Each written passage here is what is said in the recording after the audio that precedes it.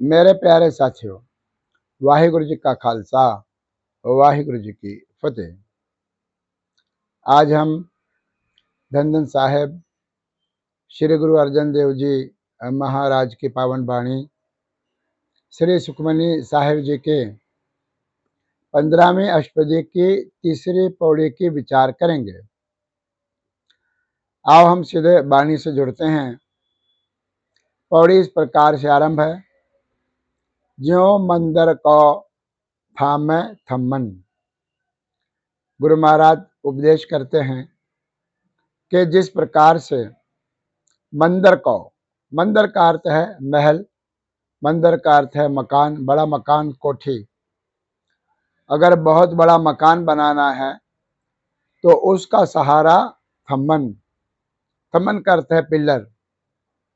Pillar के सहारे वह मकान ठहर सकता है, पिलर के सहारे महल उसारा जा सकता है, नींव के सहारे उसारा जा सकता है। जिस प्रकार से महल को या कोठी को पिलर का सहारा होता है, उसी प्रकार से त्यों गुरु का शब्द मन है स्तंभन। उदाहरण देकर के गुरु महाराज कथन करते हैं, जैसे महल का, माड़ी का या किसी मकान का आसरा उसका पिलर है, उसी प्रकार से गुरु का जो शब्द है वह हमारा मन रूपी जो मकान है उसका स्तंभन। स्तंभन का अर्थ है सहारा। जिस प्रकार से पिलर मकान का सहारा है, उसी प्रकार से गुरु का जो शब्द है वह हमारा मन रूपी जो मकान है उसका सहारा है, अर्थात मन शब्द के सहारे रहता है।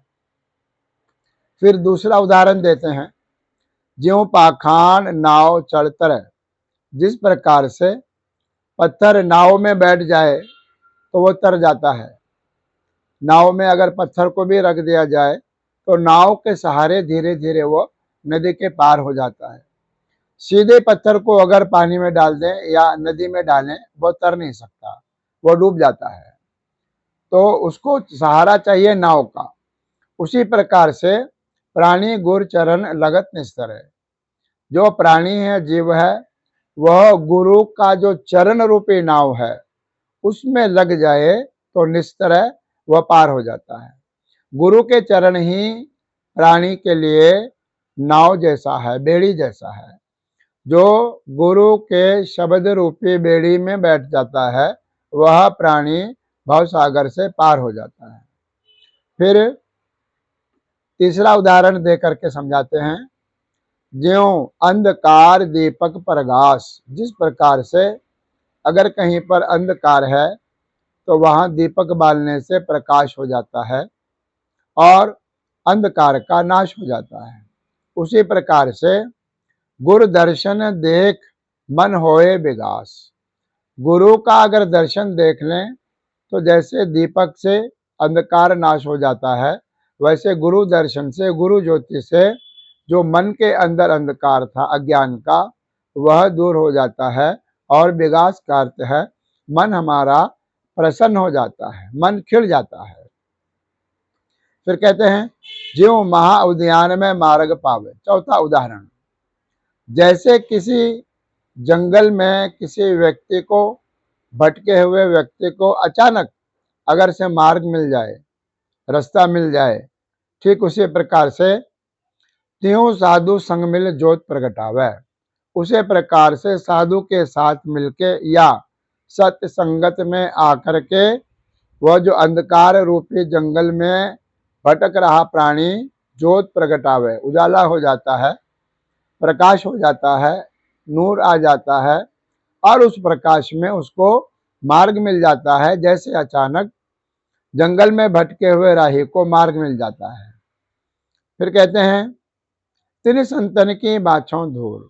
गुरु महाराज, पंचम पातशाह महाराज कथन करते हैं कि ऐसे संतों की हम बाछों धूर, मैं उनके चरणों के जो धूली है वह लोचता हूँ, वह चाहता हूँ।